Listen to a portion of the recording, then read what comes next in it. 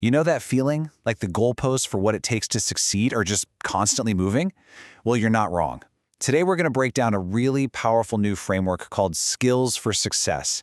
It's all about giving you the toolkit you actually need for the future of work, learning, and, well, life. Okay, let's jump right in.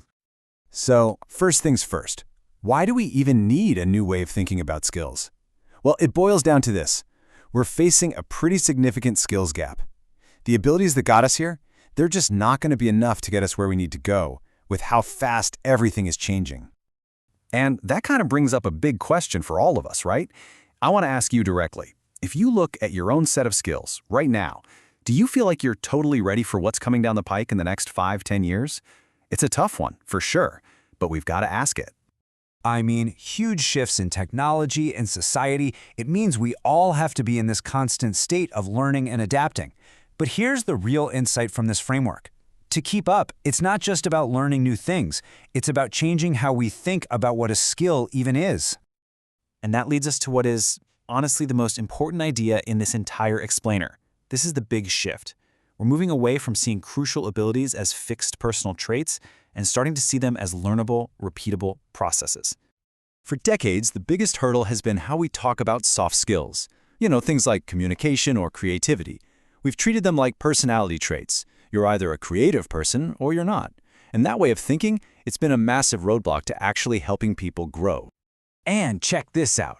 This slide lays out the whole mental revolution perfectly. Over on the left, you've got personal attributes. That's the old way. We see them as inherent, kind of fixed in place. But on the right, you have skills, and the definition is key. The ability to enact a repeatable process, something you can learn, practice, and get better at for your whole life. That is a total game changer. And this quote just nails why that shift matters so much.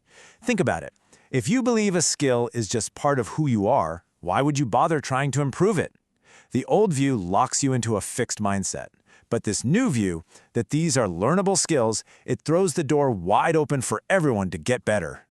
So, okay, if we're reframing these things as learnable skills, which ones are the most important? Well, that's where this new toolkit comes in. Let's see how it all fits together. So the solution is this new toolkit of 9 essential skills. And I want you to think of these less like a checklist and more like an interconnected set of tools.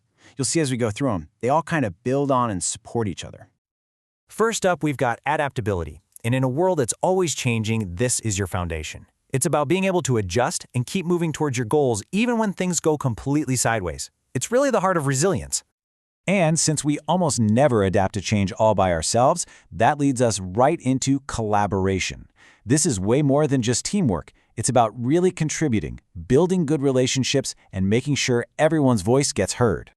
Which, of course, is totally impossible without solid communication. And notice something really important in this definition. It starts with receive and understand. It's such a great reminder that real communication, it always starts with listening. Okay, now we start getting into the skills that create totally new value. Creativity and innovation. This is your engine for asking what if. It's how you find new ways to tackle old problems. It's all about challenging how things are done. And today, a lot of those creative ideas come to life using digital tools. Now, this skill is so much more than knowing how to use an app. It's about being a fluent, safe, and responsible citizen in this whole digital world we live in. Being online means we're constantly bombarded with data, which makes numeracy more critical than ever before. This isn't about doing complex math in your head. It's about being able to look at a chart or a statistic and actually understand the story the numbers are trying to tell you. Which leads us to a huge one, problem solving. This is where it all comes together. Your creativity, your data, your logic. It's the process of going from, we have an issue, all the way to, okay, here's a smart solution we can actually implement. It's how ideas become action. Of course, none of this is possible without the absolute fundamentals. And these days, reading is about so much more than just words on a page. It's about understanding information in all its forms, whether it's an article, an infographic, or the menu in an app. And finally, writing. This is the other bookend. It's the essential skill of taking all your thoughts, your solutions, and your great ideas and sharing them clearly with the world, whether that's in an email, a big report, or just a quick text update. Okay, so that's the toolkit, the whole interconnected set of 9 learnable skills. But what does this look like in the real world? How does this actually help people, on the ground? I just love this quote from someone who actually does training. It gets right to the heart of it. Learning isn't just about downloading facts into your brain, right? It's an emotional journey. And skills like adaptability and collaboration, that's what helps us actually succeed on that journey.